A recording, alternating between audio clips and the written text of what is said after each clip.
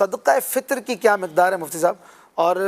صدقہ فطر کا کوئی کچھ ریٹ بتاتا ہے، کوئی کچھ، تو آپ ذرا اس پر وضاحت فرما دیں۔ ریٹ کے حوالے سے دیکھیں، چکی کا جو آٹا ہے ہمارے دارالتحفیظ سنت سے 340 روپے کا اعلان ہوا ہے، صدقہ فطر 340 روپے، یہ چکی کے آٹے کے اعتبار سے۔ اب چکی کا آٹا ہمارے کراچی کی اگر بات کریں تو 155 پہ بھی مل رہا ہے، 160 پہ بھی مل رہا ہے، اور کئی اس پر 165 اور اوپر بھی ہے۔ تو اس اعتبار سے یہ ایک اعلان 340 کا کیا ہے تاکہ تمام کہیں اس میں ادائیگی ہو جائے، اور ایک اچھے آٹے کی جو قیمت ہے اس کو سامنے رکھ کر یہ اعلان کیا گیا ہے۔ اب اگر کوئی شخص بالفرض یہ کہتا ہے کہ نہیں میں تو ہمارے جہاں 150 روپے کا ملتا ہے تو میں 300 ہی ادا کروں گا، ٹھیک ہے، کئی علماء کرام مفتیان کرام نے یہ بھی اعلان کیا کہ آپ 300 ہے یا 320 ہے تو صدقہ فطر تو اس میں ادا ہو جائے گا، لیکن یہ وہ مقدار ہے کہ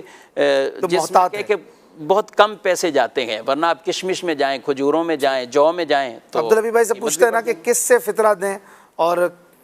کیسے، مطلب کیا اس میں کریں زیادہ سے زیادہ، اور کہاں دیں یہ بھی بتائیے۔ دیکھیں، پہلے تو یہ مفتی صاحب کا میں شکریہ ادا کروں گا کہ کنفیوژن آپ نے ختم کر دی، کیونکہ یہ میسیجز چل رہے تھے کہ جناب دعوت اسلامی والوں کا جو فطرے کی رقم ہے وہ زیادہ ہے اور دیگر علماء اہل سنت کی جو رقم آئی ہے وہ کم ہے، تو مفتی صاحب نے بتا دیا کہ 300 روپے سے بھی اگر کوئی فطرہ دے گا تو فطرہ ادا ہو جائے گا، لیکن یہ محتاط ایک فگر کیا گیا کیونکہ کئی علاقوں میں آٹے کی قیمت زیادہ ہے، اور ویسے جو ہم گھر میں آٹا کھاتے ہیں ظاہر ہے اگر آٹے سے بھی دینا ہے، گندم سے بھی دینا ہے تو اچھے آٹے کی ہی قیمت سے بتا جو کھاتا ہے بندہ دیا جائے، تو 340 میں سب کا پراپر طریقے سے ادا ہو جائے گا۔ اب رہی بات کون سا دینا چاہیے، دیکھیں ایک بات ہمیں سمجھنی ہوگی، ہم تو بچپن سے ہی گندم کا جو ہے وہ فطرہ دیتے رہے، سنتے رہے،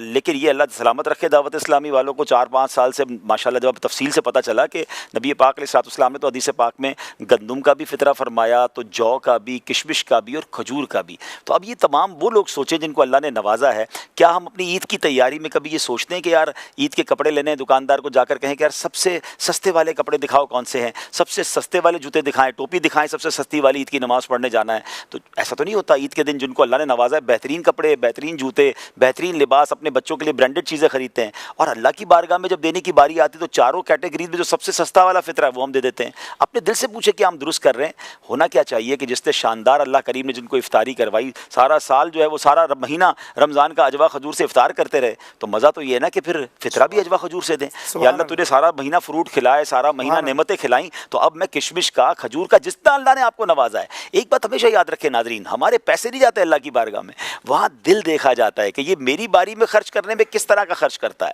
ہم اپنے لیے خریدتے ہیں تو بہترین، اللہ کی راہ میں نارملی